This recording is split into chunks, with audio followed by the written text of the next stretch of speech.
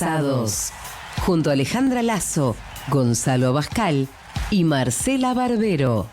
Noticias, información, pero sobre todo, buena compañía. Quédate, que ya estamos comenzando Entrelazados. Por Más 107.5.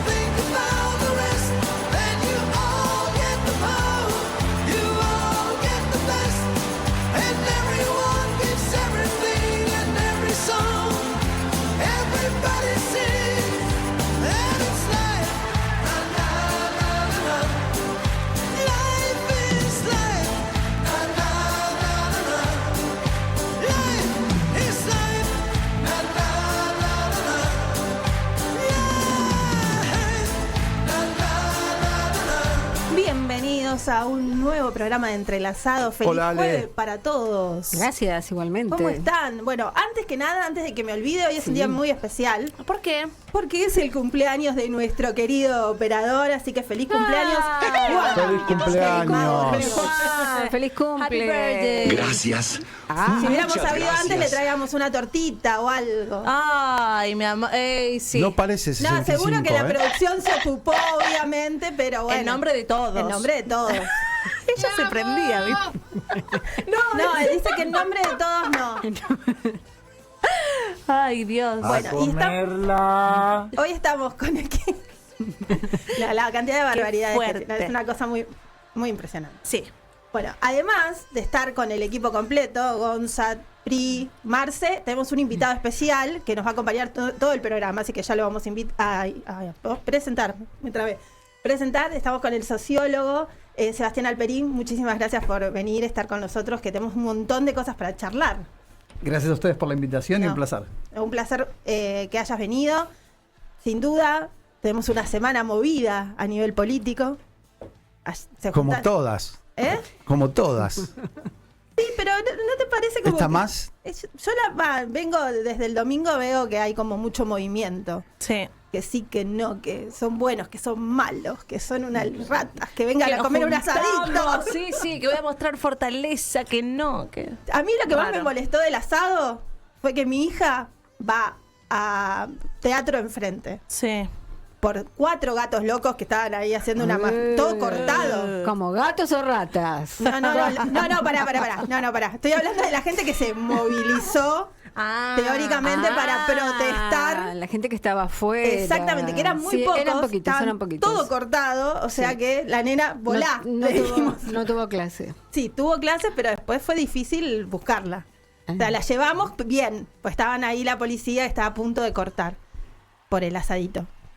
El asadito de los héroes. Bueno, el asadito de los héroes. Así le dijo él. Qué lindo nombre para una película o una serie. El asado de los héroes. Claro. Es una especie como ¿cómo es el cuento de las comadrejas? Sí. El cuento de las comadrejas. Está muy bien. Bueno, hablemos. ¿Pero trascendió Twitter esto? ¿Trascendió X? ¿Qué? ¿El asadito? Sí. No, algunos posteos pero el día pues yo lo vi, básicamente lo vi sí. en Twitter. Digo, ¿salió de Twitter? Yo creo que sí, lo usó mucho, lo levantó mucho los que no fueron al asadito para marcar diferencias, para posicionarse de una manera distinta, y en base a eso, en algunos medios quizás no tan... Opositores. Sí, opositores. Medios opositores, vamos a decir. Medios. Vamos a hacer así, directamente. Sí. Vos, Sebastián, hablá, metete, opiná, como quieras. ¿Cómo lo viste? Vamos a empezar por el principio, diríamos. ¿Cómo lo viste el domingo? a la presentación teóricamente del presupuesto de Milei. Duro, digamos, en un gobierno que se caracteriza y se jacta además de una actitud que, digamos, se percibe en términos de insensibilidad, ¿no? A mí lo que me llama la atención es que después de la experiencia de lo que fue la manifestación en defensa de la educación pública, el gobierno que pegó en su momento un golpe de timón de pragmatismo, de acercamiento, pero al mismo tiempo, cuando uno ve estas cosas, digo, el momento del veto a la reforma jubilatoria, la sensación es que después redobla la apuesta, ¿no? Es como el cuento del escorpión y la rana, y tiendo a pensar que esa es la naturaleza de Milei y le gusta. Ahora, la pregunta es, de nuevo, ¿es sustentable este modelo? Digamos, porque, hubieron 1 millón de personas en aquella oportunidad con una reivindicación que fue mucho más allá de la educación y que implicó buena parte de su base electoral. Y esto mismo podría volver a ocurrir, digamos, si ahora se suma el tema de los jubilados, donde ya hay presentaciones de amparos, ¿no? Alguna versión de constitucionalistas donde dicen esto no es viable, los argumentos no son consistentes, y judicializar este proceso en un contexto donde, digamos, la zanahoria todavía no llega, ¿no? Las encuestas lo empiezan a marcar un poco. ¿Vos cómo lo viste? Como yo pensé, sinceramente, tal vez fui bastante naif, pensé que iba a ser una presentación de un presupuesto. Yo no lo viví como tal. O sea, del presupuesto dijo 2 cosas, todo el resto fue más o menos reversionar cosas que ya había dicho respecto de la casta, los sectores que aprueban cosas de forma para él irresponsables porque no dicen de qué presupuesto va a salir y demás. Yo la verdad pensé que iba a ser como más específico del presupuesto. Convengamos que habló únicamente de este mecanismo que haría que no haya déficit de ninguna manera, porque se estaría compensando de alguna manera el gasto con el ingreso y demás para que no haya posibilidad de que haya déficit y que además esté contemplado el pago de deuda. Que eso fue un claro mensaje para el afuera, teniendo en cuenta de que el riesgo país no baja. Entonces dijeron, bueno, las deudas nosotros las vamos a cumplir, las vamos a pagar. No encontré en su discurso, que fue un poco largo, otros detalles del presupuesto, que era lo que supuestamente iba a presentar.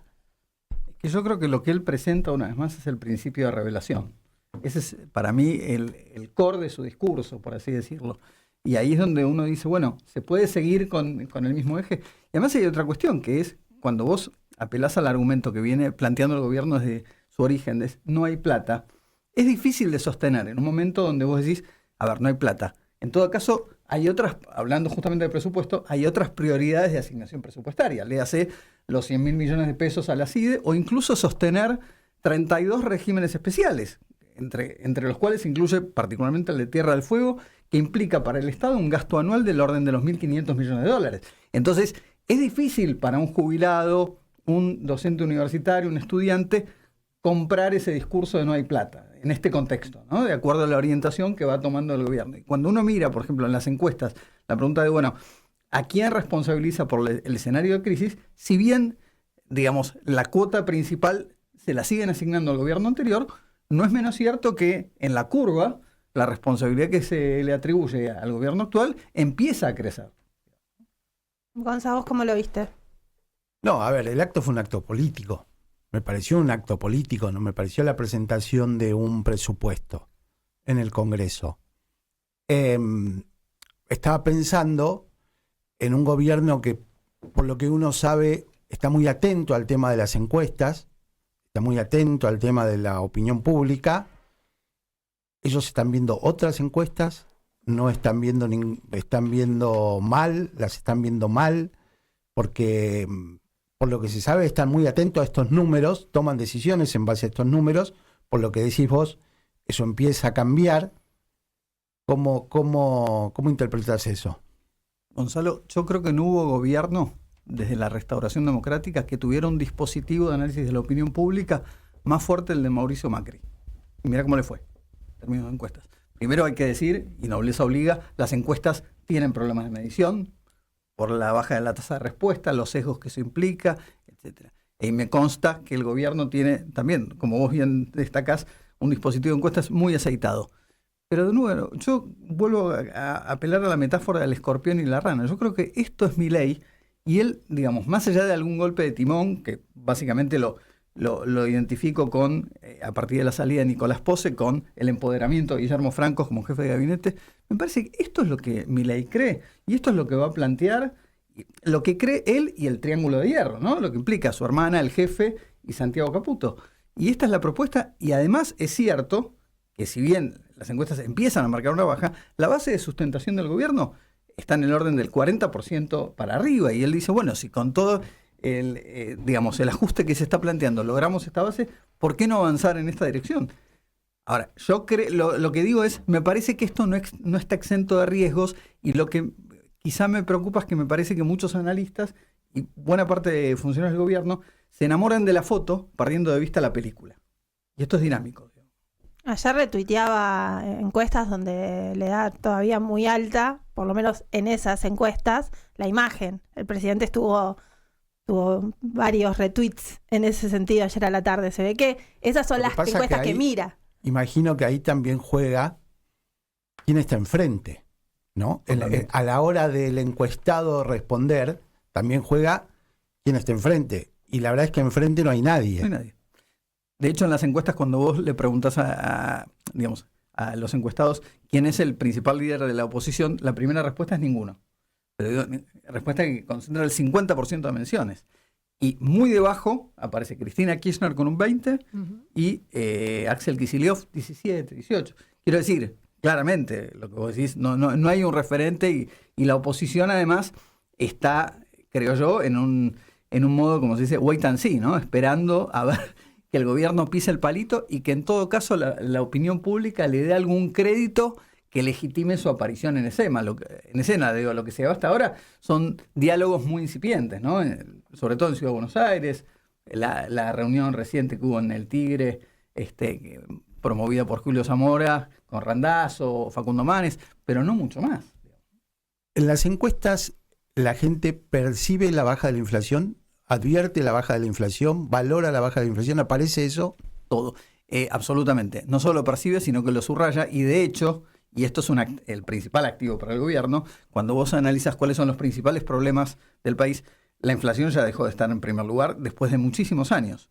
Ahora, ¿cuál es la problemática que ocupó lo que se llama el top of mind? Es la pobreza. En un contexto donde, según el Observatorio de Deuda Social de la UCA, más del 50% de la población está afectada por situación de pobreza. ¿Y la famosa luna de miel todavía sigue o tiene un vencimiento? A ver, yo digo algunos indicios. Algunas encuestas muestran de que el 25% de los votantes de Milei, si no se arrepienten, por lo menos se replantea ese voto de cara a un apoyo futuro, ¿no? Teniendo en cuenta elecciones 2025. Sí, están ahí a la vuelta de la esquina. Y por otro lado, por eso digo, la importancia de mirar la película y no solamente la foto, hay un dato que, si bien es muy prematuro darle demasiada entidad, no deja de ser un dato de indicador de clima de opinión. Me refiero a cuando vos preguntás intención de voto por espacio político de cara a las elecciones del año próximo, la intención de voto de La Libertad Avanza, que si bien está en primer lugar, bajó 10 puntos porcentuales a nivel país y a nivel provincia de Buenos Aires de abril-mayo a esta fecha. Entonces, por eso digo, si mirás la tendencia, me parece que hay unas alertas para, por lo menos para no desatender, ¿no? Esta baja de apoyo, si se quiere, de cara a las elecciones del año que viene, bueno, generalmente es lo que ocurre con los oficialismos en las legislativas, es algo que suele pasar. Quizás también tiene que ver con otro de los estudios que hicieron ustedes por el cual nosotros queríamos que vinieras, que tiene que ver con esta cuestión de ¿qué es el PRO? O sea, el PRO es oficialismo, el PRO es un socio eventual. ¿Cómo ve la gente y qué característica le da eso? O sea, ¿cuánto lo podría apoyar legislativamente? Porque siente que es como una especie de contrapeso a las cosas que no le gustan por ahí de La Libertad Avanza o básicamente de Milei. Es que está muy bien lo que vos destacas, porque cuando la gente, analizando el mapa de la oposición, cuando la gente analiza la oposición, lo que ve es fractura. En el PRO, vos bien lo destacabas, tenés dos sectores. digamos, Patricia Bullrich, que ya prácticamente le firmó un cheque en blanco al gobierno, ¿no? Ya es parte de la Libertad Avanza. No sé que formalmente pertenezca al PRO. Del mismo modo, uno podría decir lo mismo de Horacio Rodríguez Larreta desde la vereda opuesta, Exacto. por supuesto, ¿no? Digamos, ahora, el propio Macri, cuando uno analiza, esto es lo que estuvimos justamente analizando en la última medición, ¿qué percepción tiene respecto al vínculo de Macri y Milei a partir de la institución del Club de la Milanesa C. de Olivos? La realidad es que, digamos, solo el 20% percibe, digamos, que esa relación, se generó una mayor cercanía del expresidente con Milei durante desde que asumió el mandato. Y solo, te diría, un 16% manifiesta que hay una actitud de apoyo deliberado. Por lo demás, la sensación que hay desde la opinión pública es como que, usando la metáfora del boxeo, son dos contendientes que se están midiendo en el ring, pero lo que prevalece entre ambos es la desconfianza, ¿no? Y esto derrama sobre la opinión pública, la sensación de cuando Macri le dice a sus colaboradores, le voy a dar un tiempo, pero hasta ahora me viene boludeando, digamos. Vamos a comer milanesas, pero la realidad es que lo que él plantea, que es concretamente incorporar funcionarios de su equipo en el gobierno, hasta ahora no se ha materializado, y esto en buena medida porque Karina Milei y Santiago Caputo son muy escépticos al respecto, creen que no lo necesitan porque el electorado del PRO, el gobierno lo asume ya incorporado, y como Santiago Caputo le dejó entrever a Macri, digo, no es tu segundo tiempo, tu presidencia ya pasó y no quieren garantizarse ninguna injerencia en ese sentido. Entonces, bueno, esto obviamente dificulta la colaboración, o sea que Milei, él en sí mismo se muestra más abierto, pero después en los hechos eso no se traduce en decisiones. No nos olvidemos que cuando Milei asumió, Macri le decía, vos necesitas ocupar 4.000 ravioles, ¿no? Como se dice a los cargos jerárquicos en el Estado. Y la realidad es que la Libertad Avanza no los tiene. Al día de hoy todavía más del 50% de esas posiciones, cargos de alta dirección, secretarías, dirección, etcétera, están vacantes. Vos te encontrás con muchísimos espacios dentro de la gestión en donde te dicen no hay firma.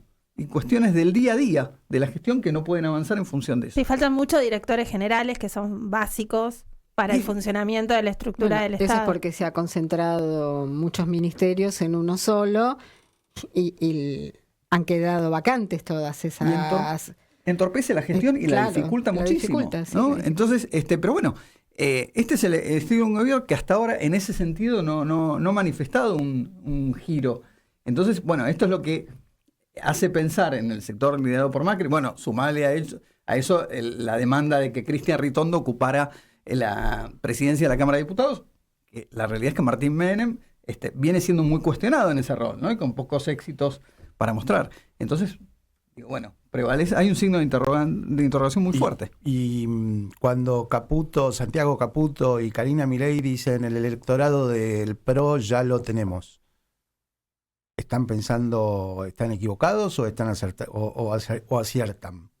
A ver, yo creo que en buena medida aciertan, efectivamente, y de hecho en los análisis del último informe, una de las cosas que marcamos es incluso la gente que apoya a Macri le demanda que ese apoyo, una parte, no todas, sea más contundente, ¿no? Es decir, por esta ambigüedad que percibe en el sentido, bueno, ahora se vio claramente con la reforma jubilatoria, ¿no? Donde Macri salió a apoyar el veto, pero horas antes buena parte de sus diputados habían apoyado el proyecto, digamos, ¿no? Entonces, esta ambigüedad, obviamente, la gente y los analistas lo registran y esto es claro.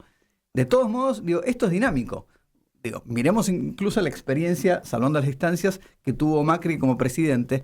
¿Cuántos certificados de defunción le habían decretado al kirchnerismo?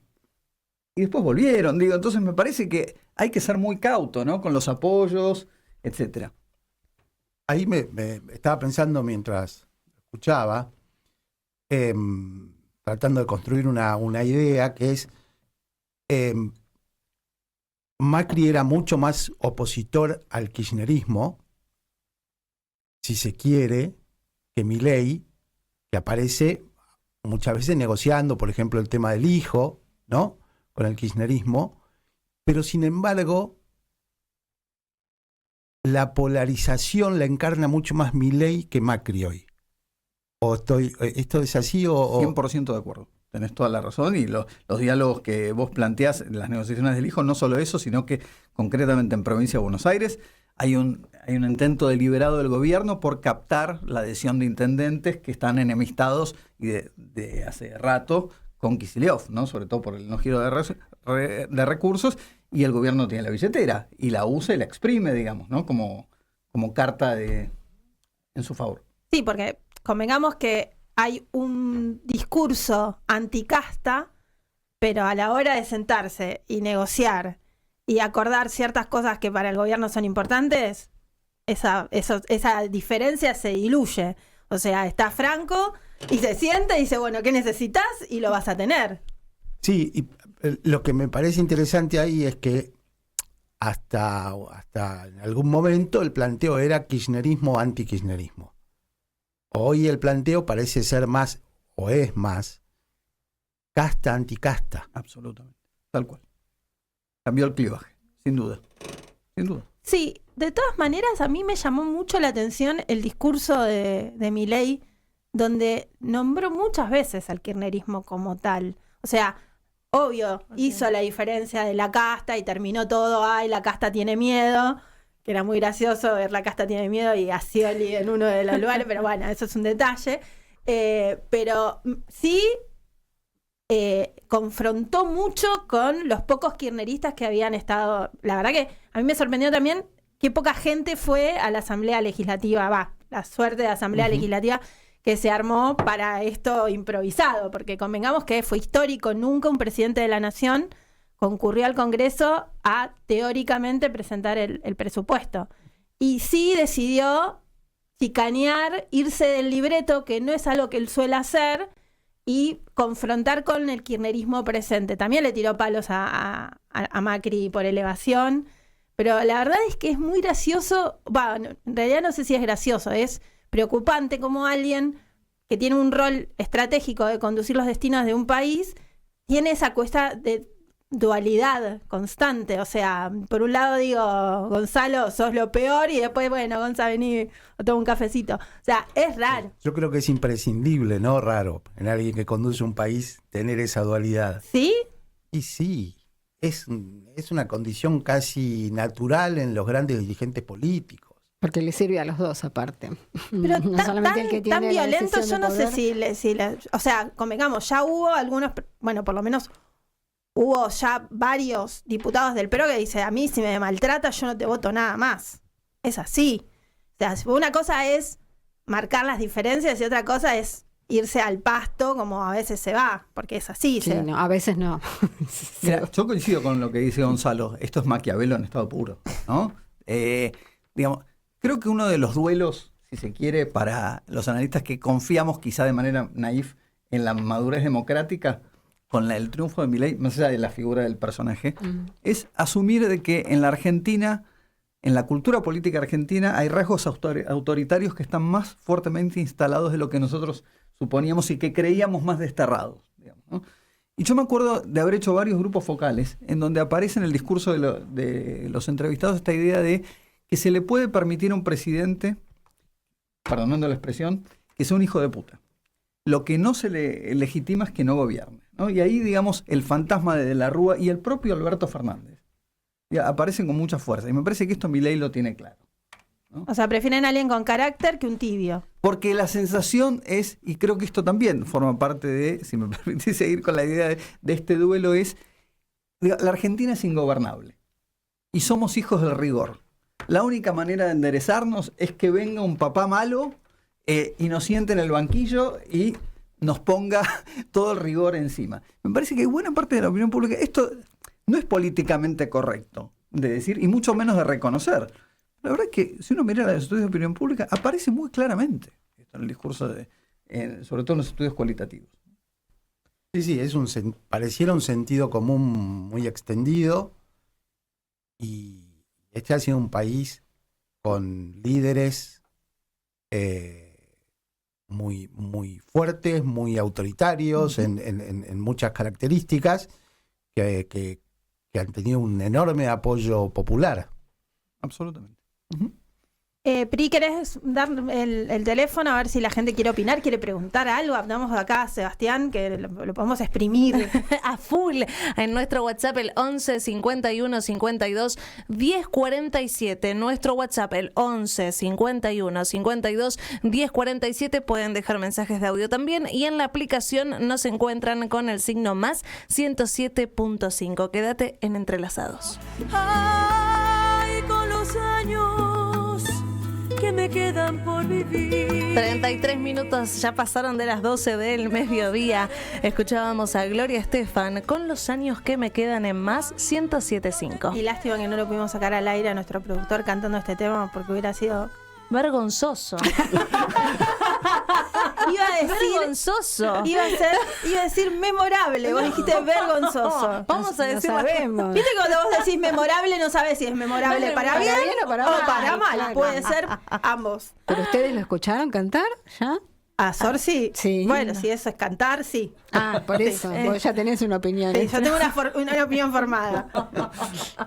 No, terrible. Antes de volver a meternos con el estudio, el estudio no, porque acá el único que estudia es nuestro invitado, Sebastián Alperín. Nosotros hacemos lo que hacemos los periodistas siempre, que es opinar, ¿viste? Nada más. Pero bueno, el vocero presidencial, Manuel Adorni, informó que el gobierno nacional inició conversaciones con empresas privadas de América Latina para que se hagan cargo de la operación de Aerolíneas Argentinas. El objetivo es sepultar los piquetes gremiales y los privilegios de la casta aeronáutica. Los pilotos viajan en clase ejecutiva junto a sus familias, ganan entre 3 y 20 millones de pesos por mes. Tienen un remis a disposición para movilizarse y lo usan hasta para ir a un simulador. Computan el remis como tiempo de servicio para tener más horas de descanso y así siguen una serie de críticas hacia el sindicalismo aeronáutico. Así que bueno, se viene un temón, que es la... Otra, sí. Otro más, sí. Otro más. Porque no creo que sea sin mucho caos esta decisión de avanzar en la privatización de aerolíneas. Bueno, Viró mismo ya lo había anticipado la semana anterior, había dicho que esto se iba a poner cada vez peor. Exacto, y creo que hay un plan que le acercó Mauricio Macri para avanzar con esta cuestión en aerolíneas, con lo cual tendría por lo menos el acompañamiento de ese sector, a no ser que el plan de Macri quede en un tacho de basura y se avance en otro sentido, digo. ¿Qué puede pasar? Ha pasado ya, con lo cual, ¿no? Así es. No, estaba pensando un tema que me interesa hablar con Sebastián, que es el tema de las redes sociales. El gobierno, todos sabemos, utiliza mucho. ¿Se puede dimensionar qué tan influyentes son las redes sociales en la formación de la opinión pública? Muchísimo. Y de hecho, si vos analizás buena parte de, digamos, el peso que ha tenido el segmento joven en el voto a Milei ha sido muy, muy fuerte, digamos, ¿no? Y en ese contexto las redes sociales han ocupado un lugar fundamental y lo siguen haciendo, digamos. Es decir, forman la opinión pública. Si uno puede pensar que las redes sociales forman... Porque funcionan como cámaras de eco, ¿no? Con este tema del funcionamiento de los algoritmos, hace que vos, digamos, quedes expuesto al sesgo de confirmación. Porque las redes te proponen, en general cuando vos preguntas cómo se informan, la mayoría, y no solo jóvenes, adultos también, se informan por las redes. Ahora, las redes, ¿cuál es el contenido que te proponen? Está asociado con el contenido que vos elegís. Claro. ¿No? Sí. Yo siempre digo, reivindico haber, a mí me gusta mucho el jazz, reivindico haber conocido muchísimos intérpretes de jazz porque... digamos, Spotify me va orientando y sugiriendo en función de... Ahora, esta misma lógica aplicada a la información es que si vos lees La Nación, es poco probable que te sugiera página 12 y viceversa, digamos, ¿no? Claro. Entonces, esto claramente te genera un efecto donde las probabilidades de cambio, de estar expuesto a otro tipo de estímulos, es muy baja. Y un tema más que aparece y que a mí me llamó mucho la atención como alerta respecto a la dirigencia política es el manejo de las redes sociales es tan fuerte por parte del gobierno a través de los trolls, etcétera, que ya hemos escuchado varios funcionarios que han reconocido autocensurarse de criticar al gobierno por el temor a las consecuencias de verse después impactados por la inundación de trolls en campañas contra ellos. Entonces, digo, tenés como distintos ámbitos desde los cuales las redes sociales juegan y juegan fuerte, digamos, ¿no? Sin embargo, hace poco salió un informe en La Nación, decía Twitter, X, pero sigamos llamando Twitter. Porque sí. Pero ponete de acuerdo, porque yo el otro día te dije Twitter, o dijiste X. Es cierto, tenés razón, pero bueno. Si no me mareo, yo soy muy volátil. Un informe que decía que Twitter llega al 20% de la población, que sería como un porcentaje menor. Acá en la Argentina. Está bien, pero tenés Twitter, pero tenés Instagram, tenés TikTok. Quiero decir, el gobierno juega con las distintas redes, no solo con Twitter, o X, perdón.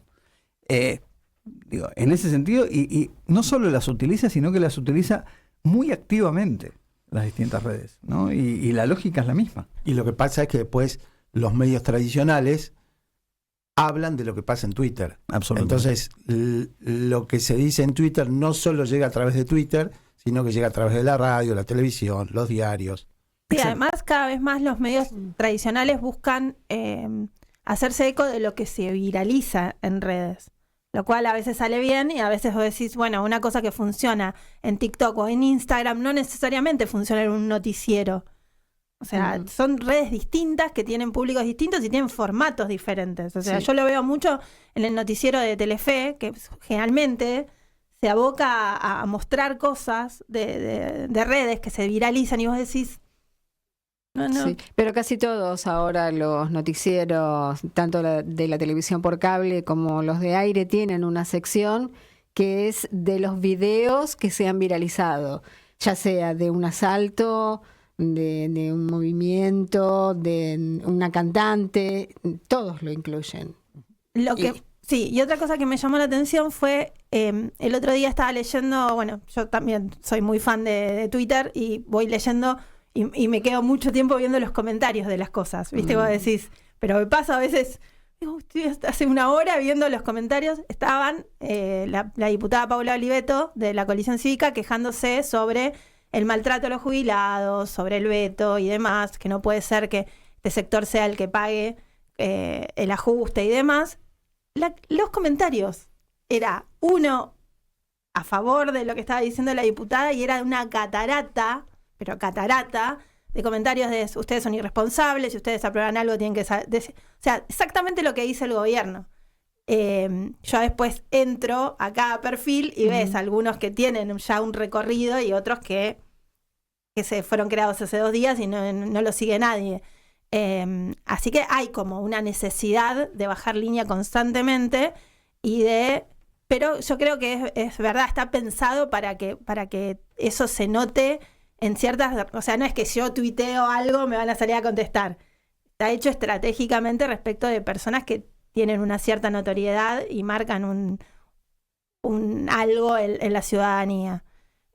Con lo cual es complejo el momento, porque hay mucha gente que efectivamente no quiere decir nada, porque sabe que el hate, como se dice ahora, va a llegar pero inmediatamente. Y después tenés no solo el impacto que tienen las redes en los mismos jóvenes, sino cuando vos analizabas la decisión de voto en favor de Milei, ni bien fue el resultado del balotaje, muchos adultos te reconocían haber votado a Milei, digamos, orientados y estimulados por hijos, nietos. Claro. Quiero decir, esto también derrama a su vez sobre otro tipo de público que no se ve expuesto de manera directa a las redes sociales. Claro. Pero tengo entendido que cuando fue la campaña se hizo un estudio de que el gobierno, el grupo político de La Libertad Avanza no había gastado dinero para publicitarse en las redes sociales. O sea, era la misma gente haciendo campaña por ellos, porque no hubo gasto económico con eso. No es que era que se te inundaba todo el tiempo de videos o cosas de ellos. Por eso digo, pero hay en ese sentido un uso muy inteligente y además muy profesional y muy activo y sistemático, digamos, ¿no? De para que se lo haga la gente. Sin duda. ¿Sí? Hay una definición que a mí me llama la atención, que es cuando se define a las redes como el mundo virtual, como si eso fuera algo que no ocurre en el mundo real, cuando nada ha modificado el mundo real, entre comillas, me parece en el último tiempo más que las redes sociales. Sin duda, es una paradoja. Y la política muchos políticos siguen definiendo a las redes como eso no pasa en el mundo, o pasa en un costado del mundo, ¿no? Cuando después eso tiene una influencia decisiva sobre la realidad. Totalmente. Sí, pero bueno, es esa cuestión de subestimar constantemente a las redes, que ya está pasando mucho menos, y tiene que ver con la forma tradicional o no de llevar a cabo la actividad política o la actividad periodística. O sea, a mí me pasa mucho que estoy siguiendo el tema de la justicia, y en el mundo de la justicia, claramente, o sea, es muy poca la gente que está en redes, obviamente. O sea, le decís, no te puedo robar en ningún lado, pero es impresionante, como decía Sebastián, la cantidad de gente que se informa mediante las redes. Que antes te abría un sitio online, o ni te digo comprar el diario, eso ya es como algo de otra época. Sí, pero se informa a través de lo que lee de los otros que participan en las redes, o porque sigue una editorial de determinado diario o de analistas o lo que fuera. ¿Cómo se informa esa gente que solo se informa por Twitter o por Instagram? Las dos cosas, sigue cuentas, y esas cuentas, después, si vos le preguntás dónde leyó, ni registra muchas veces en qué medio fue, en qué portada, aunque efectivamente lo haya abierto, pero esto es muy difícil hoy por hoy de indagar lo que se llama exposición a medios para tratar de entender, cuáles son los canales de acceso a la información. Entonces dice, las redes, ¿no? Y es un commodity. Claro. Claro. Y en ese sentido, Milei ha sabido capitalizarlo. Absolutamente. Y además de una manera muy profesionalizada. Como en su momento también lo tuvo Macri. Pero bueno, no nos olvidemos que Santiago Caputo es discípulo de Durán Barba. Cristina hasta hoy sigue hablando de la tapa de los diarios. Sí, con letras Cristina, de molde. Con letras de molde. Es decir, bueno, se hacía llevar los diarios a Santa Cruz. Para ella son importantes. Que tiene Cristina de cómo se forma la opinión pública es de hace un siglo. Y cuando tuitea documentos que están adjuntos que tienen 30 páginas o 50 páginas. Entonces, el uso que hace si bien usan las redes sociales, a mí no soy un especialista en el tema, pero yo digo, tuitear un documento que tiene 50 páginas no es Twitter. Claro. No, es otra lógica, sin duda, totalmente. Pero hasta ahora nadie ha tomado el bastón de mariscal, ¿no? Como ella propuso. Exactamente. Y a eso iba mi pregunta. Falta. Estamos entrando ya en octubre, chicos. Octubre ya. En cualquier momento los regalos de Navidad. Pero falta para las elecciones. Pero ¿se puede avisorar un escenario más o menos respecto de cómo se van a alinear los distintos espacios políticos? No, lo que tenemos son las mediciones pero insisto, es muy prematuro porque van a pasar muchas cosas mediante. Ahora, sí, este país tranquilo nunca. No, cualquier jamás, cosa menos jamás. tranquilo. Y particularmente las semanas próximas, ¿no? Con todo el tema de el proyecto de la CIDE, el financiamiento universitario. Habrá que ver, ya de hecho hubo un sector, Jacobiti y compañía, que insinuaron la idea de una marcha, porque además la realidad es que no les ha ido nada mal en ese sentido. Ahora, hoy, como te digo, tenés la Libertad Avanza primero, pero con un 30-32% de intención de voto. Ahora bien, ¿cuál es el punto de partida? Estás en el gobierno con el menor nivel de representación en las dos cámaras del Congreso, del retorno a la democracia, ¿no? Entonces, los números que el gobierno necesitaría obtener en las próximas elecciones para poder tener una base de apoyo más consistente, y resulta difícil pensar en un escenario en el cual, por mejor que le fuera, no va a tener que seguir negociando. Por eso parece que apareció el Club de la Milanesa, ¿no? En el 11 51 52 10 47 ya tenemos varios mensajes, muchos de saludos para el equipo de Entrelazados. Hacemos nuestra última tanda, ya te leemos en el aire de Más 107.5. 10 minutos nos faltan para la 1 de la tarde. Estamos en Entrelazados por Más 107.5 y en nuestro WhatsApp, el 11 51 52 10 47, tenemos mensajes de nuestros oyentes que hacen muchos análisis respecto a lo que estamos charlando de la actualidad. Acá José nos dice: las acciones como las que tuvo el presidente esta semana de ir a comer un asado, para los que votaron a favor de su veto, hace que me decepcione y me arrepienta. Pero luego recuerdo lo que viví vimos en el pasado con el kirchnerismo, y ahí es donde prefiero seguir depositando la poca confianza que me queda en el presidente. Acá también Hugo dice, siento que el gobierno o algunos de sus integrantes, por no decir a todos, por no meter a todos en la bolsa, se manejan con mucha soberbia. ¿Hasta dónde les irá bien con este trato? Y también acá nos dice Sandra, me llama la atención que en la sociedad de la inmediatez haya tanto aguante a este gobierno. Es como un enamoramiento. ¿Será eterno? Se preguntan. Epa. Muy bien nuestros oyentes. No, eterno seguro no. Pero, ¿hasta cuándo?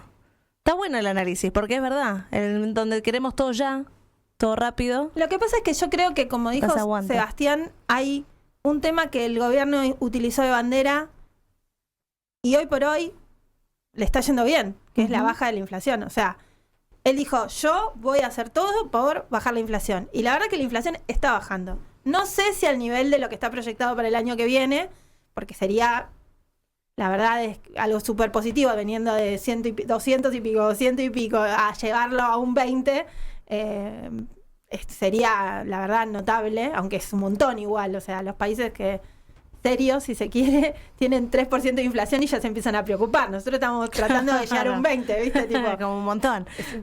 Pero sí, bueno, siempre tenés que ver desde dónde salís.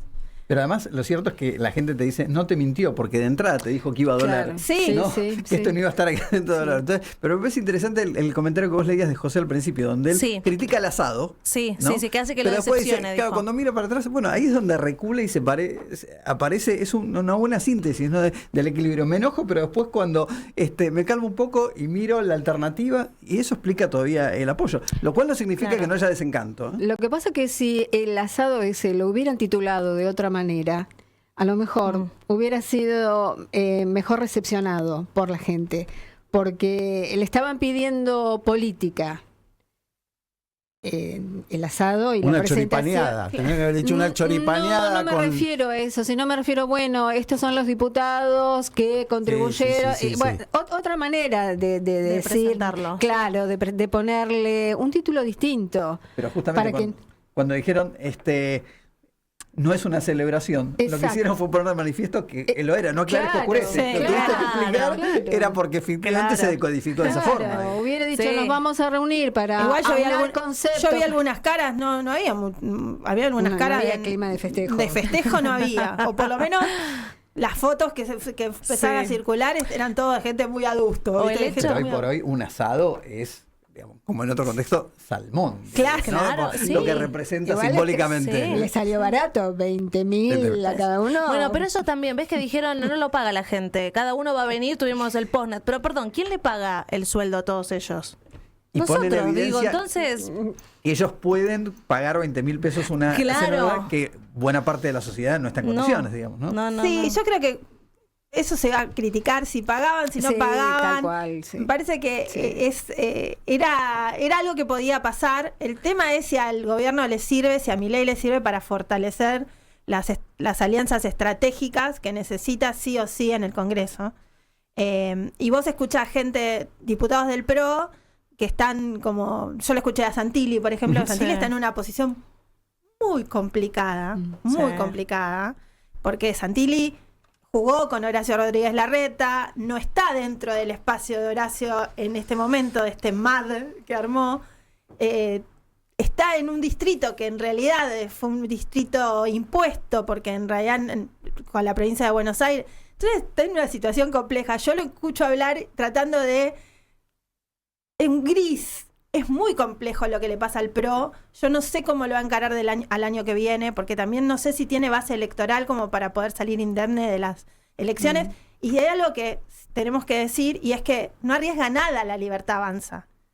Claro. Vos siempre cuando vienen las elecciones legislativas tenés que ver cuántas bancas arriesgás, y en base a eso es si vos perdiste o ganaste la elección. Acá, La Libertad Avanza no arriesga nada. No te estoy hablando de la próxima, pero para esta, no sé cuántas bancas pone en juego, pero son mínimas. En cambio, el PRO sí, un montón.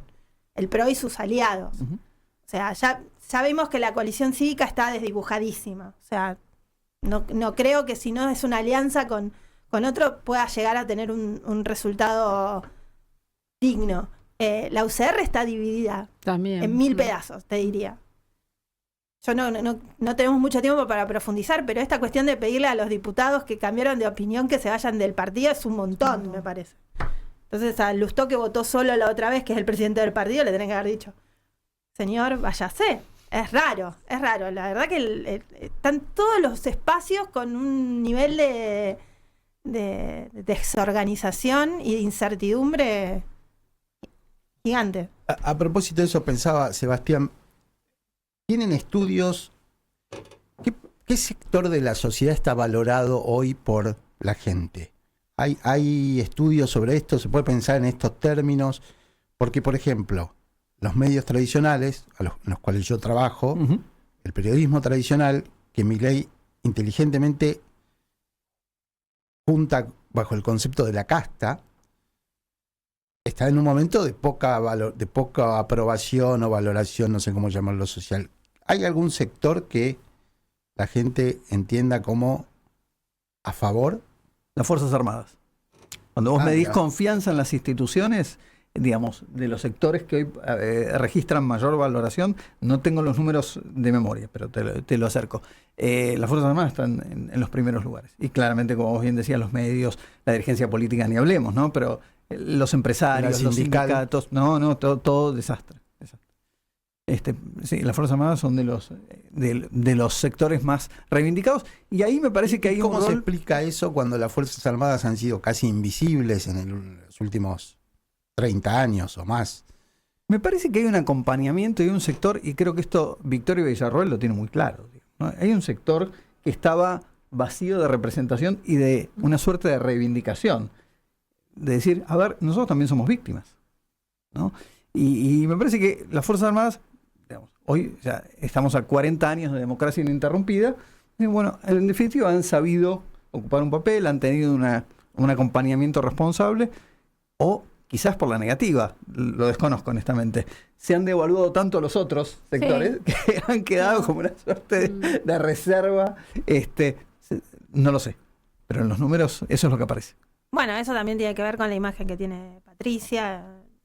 La verdad es una de las dirigentes que mejor mide. El punitivismo garpa, dicho como clima de época, más allá de la figura concreta de Patricia Bullrich, ¿no? Porque la sensación es que estábamos en una anarquía, y esto lo afectó muchísimo en Ciudad, puntualmente a Rodríguez Larreta, ¿no? La sensación de que alguien que me garantice la posibilidad de circular por la calle con la garantía que voy a poder llegar a mi trabajo, volver a mi casa, etcétera, etcétera.